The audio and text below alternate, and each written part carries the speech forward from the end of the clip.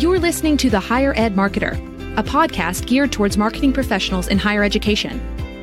This show will tackle all sorts of questions related to student recruitment, donor relations, marketing trends, new technologies, and so much more.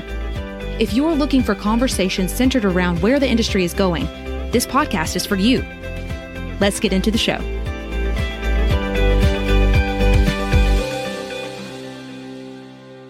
Welcome to the Higher Ed Marketer podcast. My name is Troy Singer, and I'm here with my co-host, Bart Kaler. And today we get to interview a wonderful, charismatic, and energetic marketer. His name is Phil Cook. And I think, Bart, you're familiar with Phil in the circles that you run within. Yeah, that's true. Phil was introduced to me through a common friend. Phil is actually going to be taking over as the executive director of NACAP, which is the North American Coalition of Christian College Professionals. And good job. Thanks. It's a mouthful. But people who are familiar with NACAP just call it NACAP. And so it's he's very passionate about his role for the past 30 years at Lee University in Tennessee, but now he'll be making the journey northward here to Indiana to take the helm at NACAP. And I think he has a lot of really good things to say that regardless of your type of school, he references a lot of faith-based schools, but don't tune him out too quickly, because I think you want to make sure that he has a lot to talk about with emotion and passion and how to articulate the benefit of higher education, regardless of your school type, and how important that is through storytelling and through other means. So really looking forward to the conversation. So true, Bart. So everyone, here is our interview of Phil Cook. It is my pleasure to introduce to everyone Phil Cook, the Executive Director of the North American Coalition for Christian Admissions Professionals, to the podcast. Welcome, Phil. Thank you very much for having me. I'm excited to be with you both, and I'm excited for the conversation. Looking forward to it. As are we. And if you could tell everyone a little bit about yourself, your background, and your role at NACAP. Well, I'm the new guy. I'm brand new, Troy. So I'm just be started when this is launched and when everyone gets to listen to it. So I'm new to the executive director role, but I'm not new to NACAP, as I've been a part of the membership and the organization for many years. Due to my work in particular in recruitment and in admissions and enrollment work at a member institution of NACAP for many years. So I've been a part of Lee University in Tennessee for 28 years, and I've been doing admissions and and enrollment work for 25 years. So I've been around the work for a long time, been around NACAP a long time, but man, am I excited to be a part of the larger conversation as we help admissions professionals from around the country in North America do their work better and help serve our students and families as well. That's great.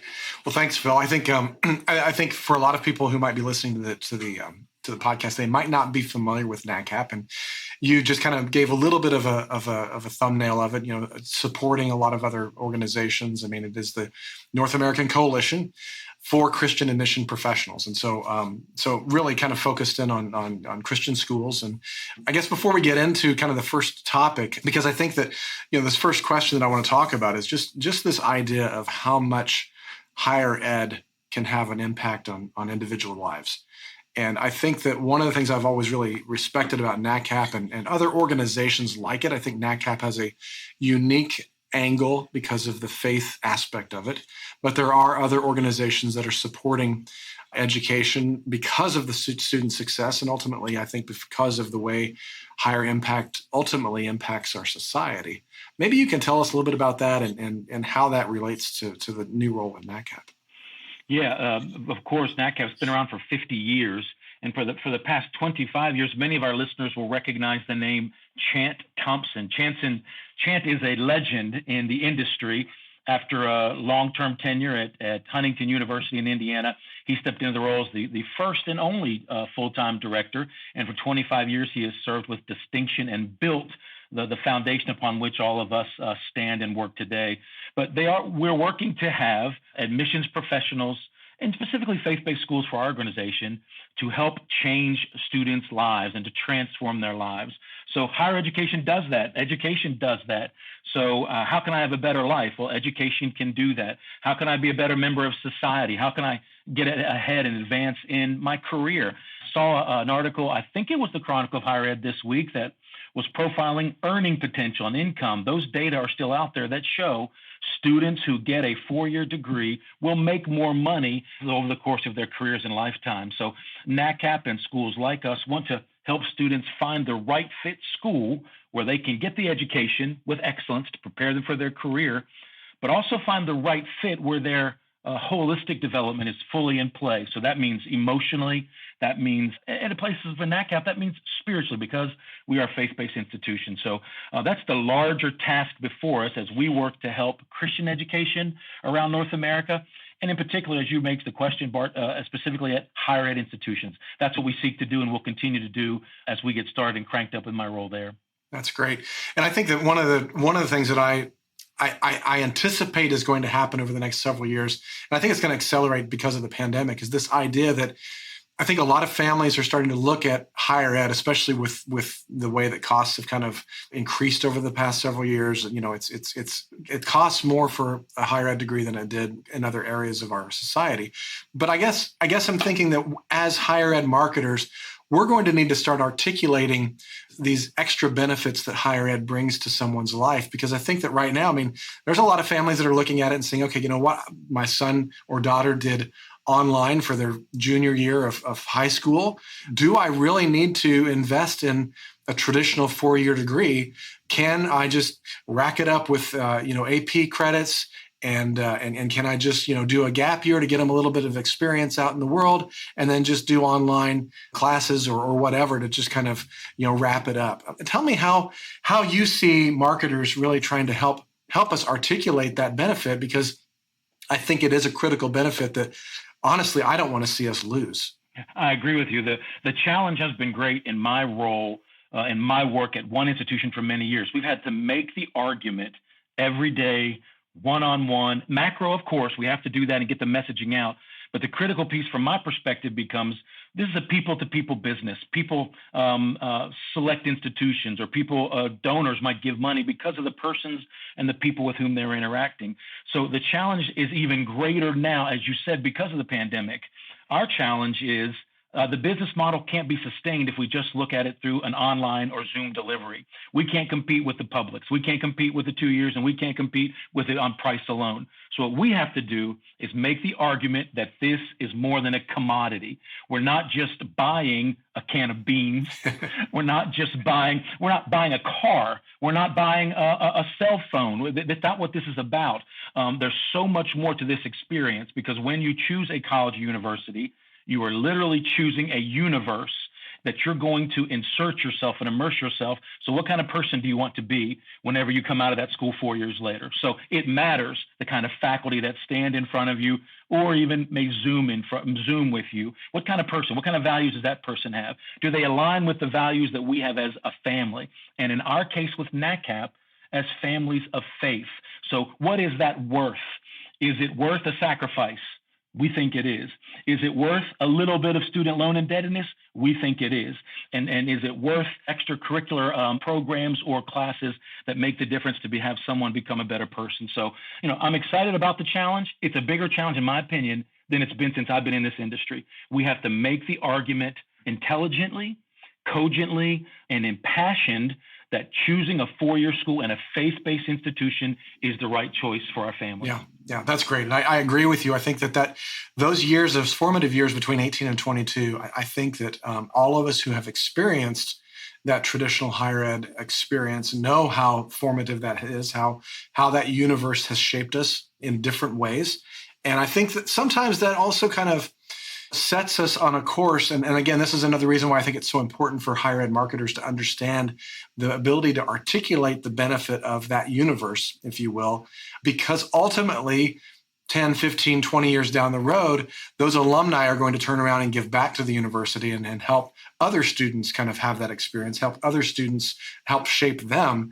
And I guess that's maybe one of the reasons why there's so much loyalty and maybe attunement to alma maters. And talk a little bit about that, because I know in our pre-interview you had some interesting things to say about that.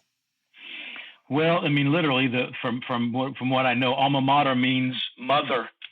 So what more affinity, what more emotion is there in the right traditional family setting? I understand sometimes with parent kind of upbringing and rearing, there's trauma with that. But in the traditional setting, what more affinity is there for your mother, the one who cares for you, the one who nurtures you, the one who gets you along and sets you up for life? So in that 18 to 22-year-old time frame, it is critical for us to make those connections intellectually, cognitively, but also emotionally, that this is something that a place that cares about me. And then I, in turn, when I graduate, I care about it as well. I spent 1 year as a minister of youth before I came to back Alma Mater and go to work. Well, my take on that was as 12, 13, 16, 17, 18-year-olds, you're just trying to survive, right? Get them to get through the day and hopefully they listen to you. But it's the 18 and 19 and 20 and 21 when you see that progress happening, when you see that maturity right before your eyes, that's the payoff. That's the magic of the college experience. Never again, in my life at least, I don't know about you guys, but did I have the freedom to make the decisions that I wanted, to make the mistakes and learn from those in the way that I did, but also to have success, to build confidence and set me up for success in life. So that 18 to 22-year-old time frame, it's critical from my perspective because we want our students, NACAP schools, all of our schools, to have an affinity for their alma mater that will never go away because of the wonderful, life-changing, transformational experience they had when they were a student. Yeah, that's really good. And I know that life-changing experience they've had as students. And I see this especially in faith-based. I'm a product of faith-based, so I understand that a little bit more. But I think that, like you, going back to the very beginning, I think the impact that higher ed really, it gives, because of that confidence that's built, because of those being able to have the freedom to learn from your mistakes, those different things of kind of molding you into the person that you are. It kind of impacts our society in the way that we are creating better people. And I know that there's been some, different folks that kind of have made some comments about that you had mentioned earlier. Maybe we can kind of unpack that a little bit. Yeah, and it's a real challenge now because many of our schools and faith-based institutions, I'll talk about the one, my alma mater, where I've worked for so many years, we describe ourselves as a Christ-centered liberal arts institution. Well, the liberal arts, it's been a struggle. The liberal arts, the commitment to liberal arts is fading in a lot of places because families, rightfully so, want to see a return on the investment. What kind of job am I going to get from this, Phil, if I choose to come to your school? What will it cost me to go there? And what will I be able to make when I get out of here? And I get all of that because the growth in many programs is in the professional areas. Business, communication, education, nursing, medical, all those are where the money is. However, I also believe that the commitment to being a better critical thinker, the commitment to being a better person, that when I'm in those jobs where I'm making money, we want people to be leaders who have integrity and have values that transcend what's out there in the world. So the fact is, and we need that. We need that in this time of our lives. Our society needs it. Our government, our country needs it, right? So yeah, the better person, the critical thinker that's going to be that has a moral base that's solid. And again, for us, it flows from our faith. So yes, we think we can prepare you for a career where you can make some money. But yes, we also think we can help you to be a more well-rounded person, a critical thinker who then when you're with your employer, they think highly of you. When you're with your family or your civic duties or your faith-based institutions, that you're going to thrive as well. That's the challenge for us. And I don't know if you can tell, but I'm excited about the challenge that we have in our institutions to be able to bring that to pass right now. Yeah, I can tell. That's great. And I do love your passion about this. And Troy, that kind of leads us into the next question about how do we get more into passion and emotion? It most certainly does. In our previous conversation with Phil, he told us that because of his success that he's seen in his career and at Lee University, one of those things is bringing passion and bringing emotion and selling that as part of how you market the university. And Phil, could you let us know how you feel others could do that as well? Yeah, there's no doubt that, especially in universities, we are part of the academy. We are to be thinkers. We are to prepare students to think and critically reflect and to be more intelligent in that regard, or more intellectual. On the other hand, I think the people with whom I've worked that I've really found success is, I remember what they said and I remember what they taught me, man, I remember how they made me feel when I'm around them. Do I leave this person's presence feeling more encouraged? Do I feel better about myself? So from my perspective, I heard somebody describe it one time as you've got the steak and you've got the sizzle of the steak, right? So the steak got to be good. It's got to taste good. But man, that sizzle, that beginning of it, that's the intensity and the passion of it that we've got to bring. And students, Gen Z, I'm not even sure I should know this, what the next generation is going to be. I say Alpha, that's right. You told me that last time, Bart. Alpha, Z, but I'll tell you what, as a Gen Xer myself, real recognizes real. So I don't want emotion just for emotion's sake. It's got to be from a place of authenticity, and it's got to be a place that speaks truth. When you do that, and you have the intellectual commitment to train people the right way, and you bring with it an energy, my opinion, it's a recipe for success that will impact our students to have better lives and to be more successful. That's what we want to bring to all of schools, and I think all higher ed can do it. Public schools can do it. I'm finishing my PhD at the University of Tennessee at Knoxville. There is an emotional connection I have at this Research One university that's huge. But in my program, with my cohort, there are emotional connections to the professors and the others in the program that mirrors this. So I think it can be done at all levels. But of course, I think it can be done at faith-based institutions quite well. Yeah. And I think that's really important that you kind of mentioned that. And we actually did a blog post this past week or two about storytelling. And I think that too many times, sometimes as marketers and as, I think we're guilty as higher ed institutions, we're quick to kind of roll out the outcomes, roll out the numbers, roll out the cost per credit hour. And we lose the opportunity to really tell stories where I think that's where the gold mine of emotion lies, is within stories. I mean, and we've got a guest coming up in a couple of weeks who's the chief storyteller at University of Notre Dame. And he and I were talking on the pre-podcast the other day, just to kind of give a little bit of a teaser for that podcast, but maybe you can kind of respond a little bit too, Phil, is the idea that storytelling, it's been used for eons. If you want to look at, the way thinkers throughout time, Jesus used storytelling and through his parables.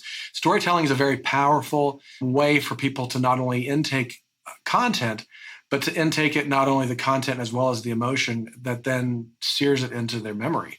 And I think that's what you kind of alluded to a while ago, is when people are leaving something, they're going to know how they felt about something more than necessarily being able to recite the facts of that. So tell us a little bit about that and how you've utilized that and how you would encourage others to.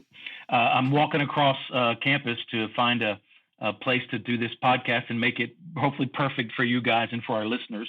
And on the way out the door, our admissions team saw me packing my office. And I stopped and it ended up being almost 30 minutes, so I didn't want my boss, my president, to know. But I told some stories. I told some stories about my experience. At one point in residential life, I cut my teeth in higher ed in res life, which, my gosh, there are tons of stories there if the walls could talk in residence halls around the country, right? Right. And even on our campus. But I told a powerful story that was the most galvanizing professional event in my life.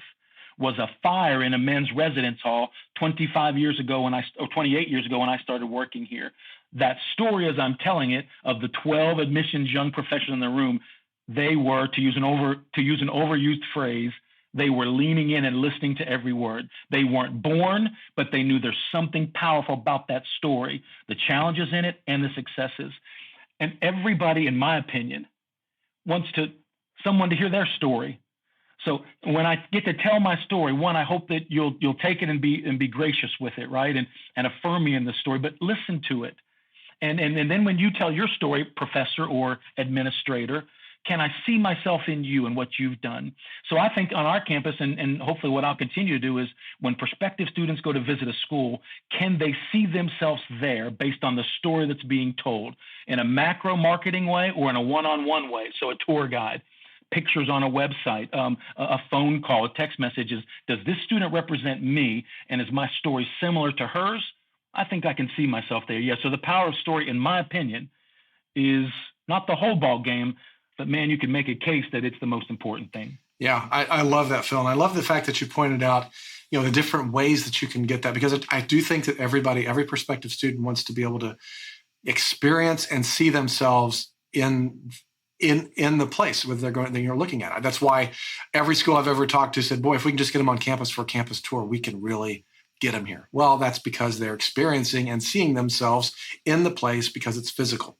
But I often tell my clients that, hey, we're getting ready to do your website. And one of my biggest complaints is the websites that I see where there's just, empty libraries, or there's, here's the beauty shot of the building that no one is walking around, no one's in, because they're taking these shots in summer and nobody's on campus and for whatever reason. But my argument is that students cannot see themselves in that unless they see another student, another human in that. And all the more important to make sure that our photography, our videos, our stories that we tell, the engagement that we give are all inviting someone to participate and be a part of it. I mean, I'd rather see 30 pictures on the website of just people standing in line in the coffee shop, or just candid shots, kind of call them journalistic shots, where just, capturing real life, because that's when we can really start to picture ourselves and see ourselves in the story. And so I love the fact that you had mentioned that. And I love the fact too that, again, most students, 90% of them who finish a campus tour are going to end up at that school. And I know that was the case for my kids when they were shopping for college. And it's what I hear at a lot of places. And I think that being able to tell that story and have that experience is so, so critical. It's elusive now, Bart. I got to say that the whole pandemic and COVID has made this more difficult for me. I'm a bit of an old guard guy in that. But and when you say, yeah, we got to get them to campus. Well, what do you do when you can't get them to campus? How many technology pieces can you do it? Obviously, we have to do that. We have to be nimble enough to do that. But I do believe that one of the keeping the main thing idea is, as we come out of the pandemic, one of the things about NACAP that we do are college fairs. And so our office in particular, we are eager to get back on the road and meet people and see them face to face so they then can come to campus. So it's a difficult challenge, more difficult than ever. But I think that one-to-one face-to-face connection to hear stories and to do it on campus is the best case scenario. That's great. That's great. And just kind of transitioning into this next thing that we want to talk about, before we kind of end our conversation here today, is this idea that you kind of alluded to the fact that NACAP runs a lot of college fairs. There's a lot of one-to-one in those college fairs. And to me, I think that, a lot of what we talked about here today is the emotion, the passion, the storytelling. How do you want to make sure that as you bring kind of new breath into NACAP, and again, Chant has done an awesome, wonderful job. I mean, he has set the table for the next phase. But as you bring that next phase of, how do you see yourself kind of bringing that passion? I mean, you are a passionate guy, but bringing that into NACAP and helping all the member schools start to understand how they can be more successful in utilizing these stories and utilizing these emotional experiences and utilizing these face-to-face engagements through things like college fairs. Well, it's first, just to one more time reiterate the fact that I'm following someone who's done something so well is daunting. The idea of it is, and to be totally human, honestly, it's a little bit intimidating. Yeah. So I'm who I am and what I've done, and so we're going to bring that same kind of energy that came out of energy, the same kind of excellence, and then we have to execute and do what we said we're going to do well. Those are my 3 E's that I work on all the time: energy and enthusiasm, excellence, and then we're going to execute what we set out, the plan that we do. So that's on my mind, and to build upon the foundation that Chant has set before us. But what I hope will happen is the schools that are doing this well will just continue to learn from, and the other thing about this is that we have a real strong collegial, professional respect for one another. So we get together. That's part of it. Professional development is a big part of this too. So those that are doing it well will continue to energize those that might be kind of wrestling and struggling. A very real challenge for us in this industry, in the enrollment industry, is the departure of leaders from the industry overall. Not every week, but almost every week, I get another announcement of another enrollment position that's open. Public schools, Research One universities. So there's a vacuum in that regard for leadership. So whatever it is, we've got to find a way to do it. And what we're going to do is collaborate with our board and collaborate with our staff and say, all right, how can we do this, Phil, to bring that kind of energy and enthusiasm to all the campuses to ensure that we're doing it well? And here's what I think about in that regard. It's all about the students. It's all about the families. When I feel a little bit discouraged or perhaps intimidated by the task, I think about students who need to hear our stories from our schools, students who need to have their lives changed, and remember what my life was like by that changing. Then I'm invigorated to the task and ready to accept the challenge. That's how we'll approach it.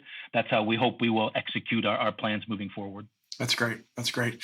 And before we kind of get into the last thing, I just kind of want to put a plug out for NACAP, because I know that I've worked with NACAP for several years. We've worked on several websites and different aspects of that through Chance leadership. But I also know that one of the things that drives NACAP is membership. And we might have some people on the call that are a faith-based school that might be interested in learning more about how they can gain more professional development, how they can join a group of like-minded individuals for that. I'll just give you a couple minutes just to say, how might they get involved? Yep. Well, thank you for doing that. Whenever the announcement went out a couple months ago about my appointment as the new executive director, I got two emails. Well, I got multiple emails, but two right away. One was from a Lee alum who is a high school guidance counselor at a faith-based school. And she said to me a couple things. Phil, congratulations. I'm so excited you're going to get to do this. But two, NACAP has been the single best professional development instrument in my life as a guidance counselor. So there's a K through 12 education, faith-based part of this that we definitely want to make sure we emphasize. So if they're out there and you're working at a faith-based institution and you're in the K through 12 industry, yeah, we want you to be a part of NACAP, because it is about the professional development. The second was from another VP for enrollment who said the same thing. Look, I went to a NACAP conference many years ago. I met people to this day who are the ones that I commiserate with and learn from. My first experience with NACAP was the national conference. And when I went, I actually thought, wow, there are people like me crazy enough to do this. And they do it because again, faith-based, they love the Lord and they love their institutions. And they love what we've done. So that was such an invigorating thing for me. So clearly, NACAP.org is the way to get plugged in and connected. We're eager to grow the membership. Absolutely. We're eager to grow the professional development, the national conference that we do, and the ongoing professional development that we do. We're eager for anyone to come join us, because we believe it's a bargain, and you're gonna experience and get much more out of it than you could have ever thought. Yeah, it is truly a bargain, especially for institutions, but even for individuals. I'm an associate member, just to kind of, again, transparency on that I do a lot of work in the faith-based higher ed institutions, and so I've joined NACAP as an associate just to be able to understand and take advantage of some of those resources as well. So, Troy, I know you've got a couple questions that you want to kind of finalize with us.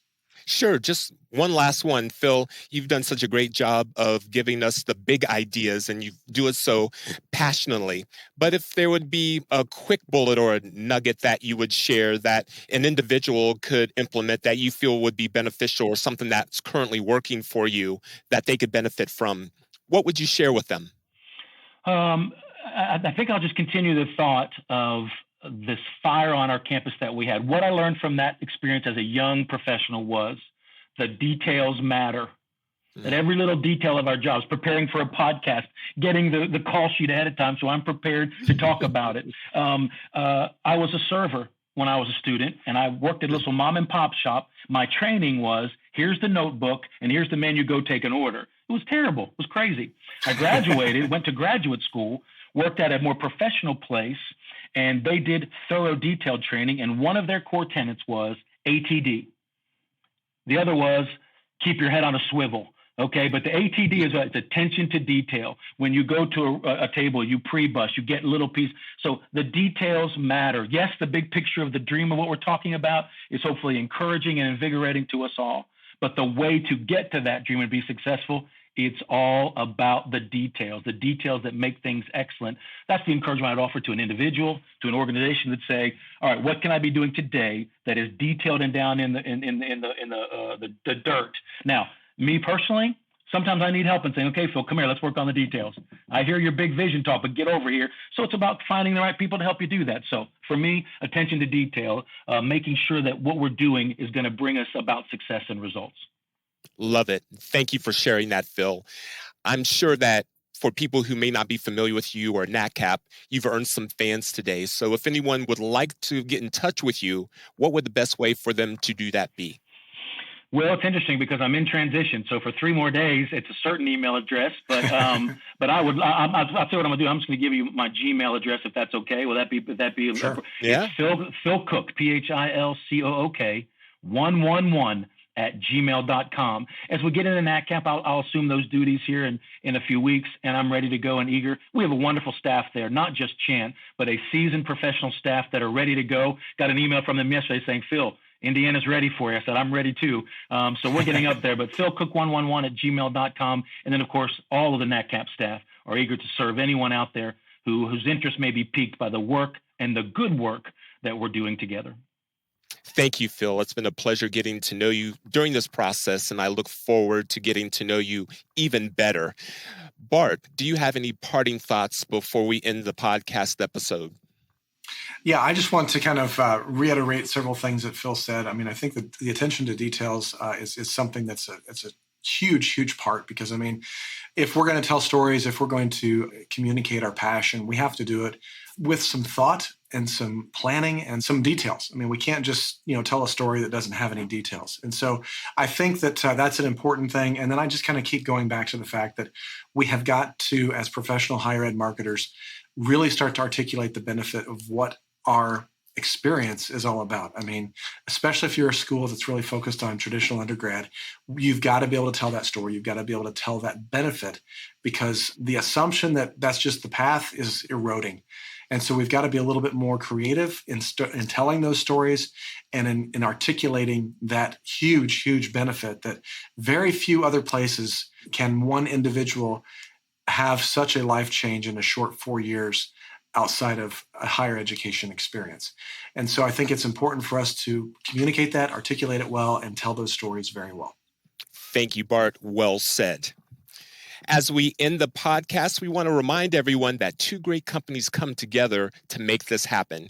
The Higher Ed Marketer podcast is sponsored by Bart's company, Kaler Solutions, an education marketing and branding agency, and by Think Patented, a marketing execution, printing, and mailing provider of higher ed solutions. On behalf of Bart Kaler, I'm Troy Singer. Thank you for joining us. You've been listening to The Higher Ed Marketer. To ensure that you never miss an episode, subscribe to the show in your favorite podcast player. If you're listening with Apple Podcasts, we'd love for you to leave a quick rating of the show. Simply tap the number of stars you think the podcast deserves. Until next time.